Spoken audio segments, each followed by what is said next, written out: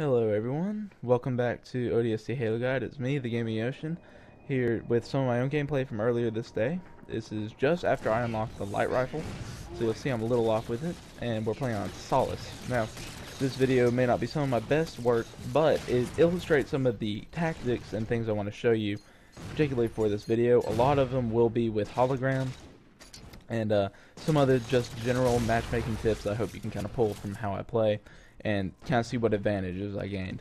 So, first thing I want to talk about is your ability. Now, there are a bunch of different abilities. Everyone has their favorite, jetpack, hologram, all these different abilities.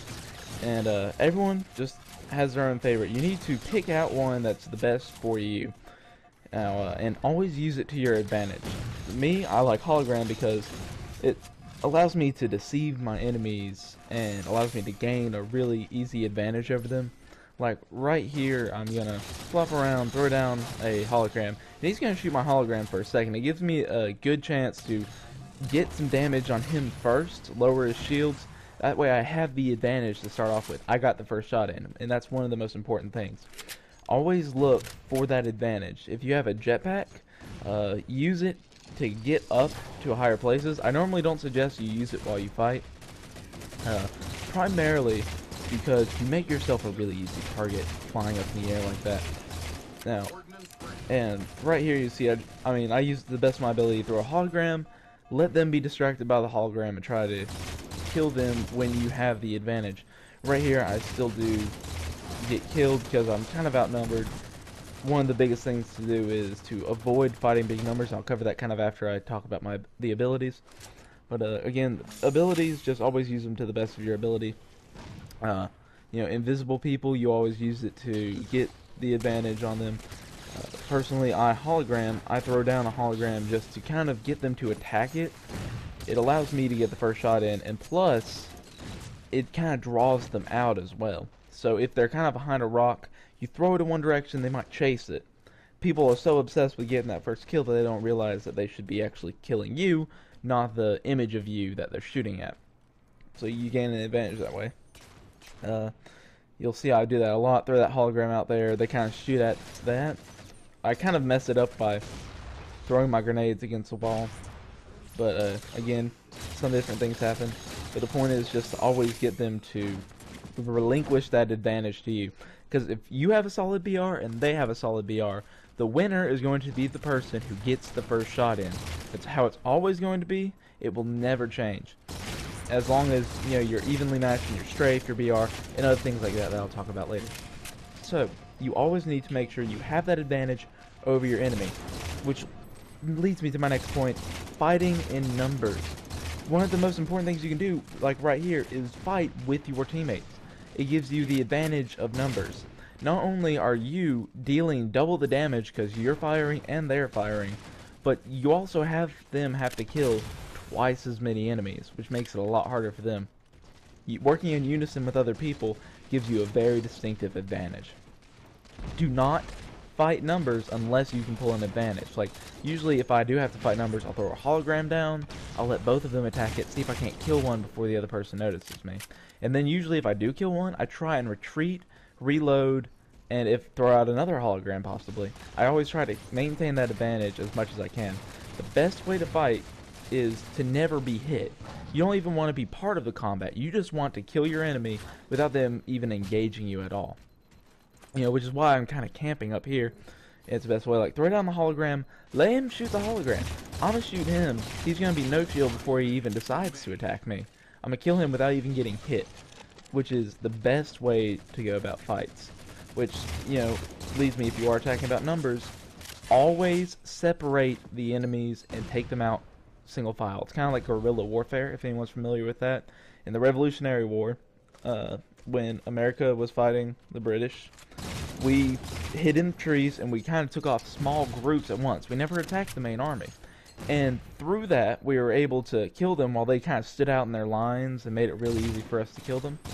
So it's kind of just a tactical warfare advantage. You can see, like right now, I kind of sat back. I didn't go in anywhere because I didn't have an advantage. And I let my teammate come out, and once we outnumbered him, boom, we both got on top of him, we killed him, and we were able to move on. The best way to do it.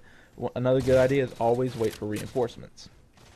As long as teammates are able to come, you're able to find, which it leads me almost always play with other people. Right now, I'm not playing with a teammate, but if you do have people to play with them, because it's one of the better things you can do.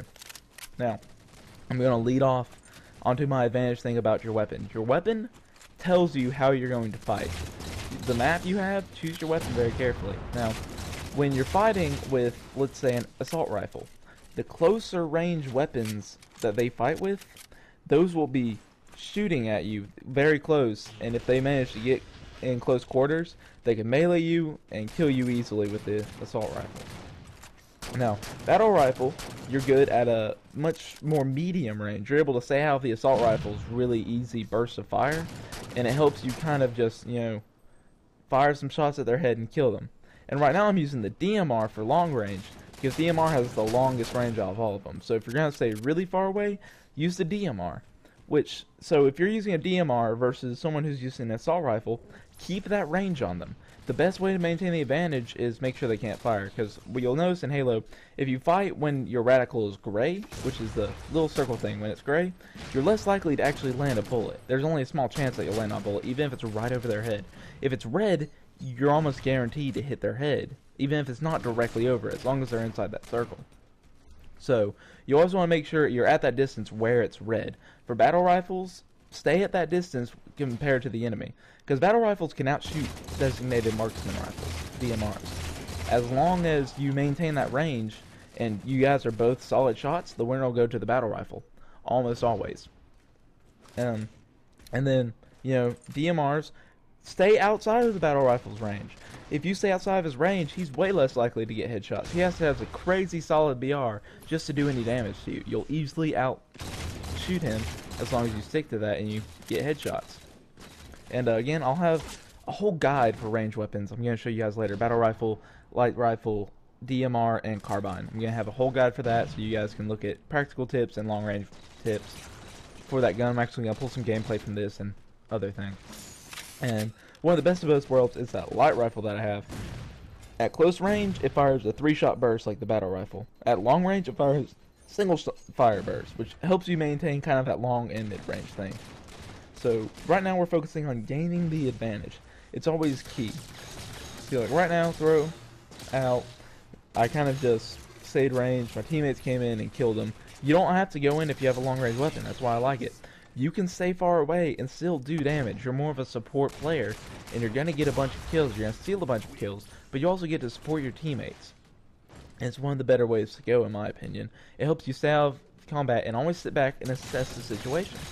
Right now, I kind of stayed back. We're both no shield, but I managed to pop out and get a headshot on him. I kind of outshot him. Now, remember, I'm backing up.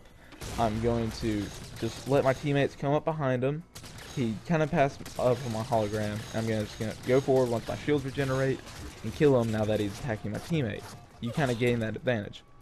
So, again, if I can always stress you, just work for a day. Just work on gaining the advantage over your enemy. It'll be one of the best things that you can do. Always outsmart them, outwit them. Now, we're at the end of the game, so I would love to thank you guys for watching. Look out for my tip videos. They're going to come out soon. Look out for more gameplay, because I'm going to have more strategy and tip videos like this soon. Please comment, rate, subscribe, and I'm going to quickly transition. This is me just getting the last kill with a light rifle. I'm going to show you the KD spread right when this goes away. Again, thank you all for watching. Have a nice day. I'm going to let the video play itself out now so you can look at my KDs.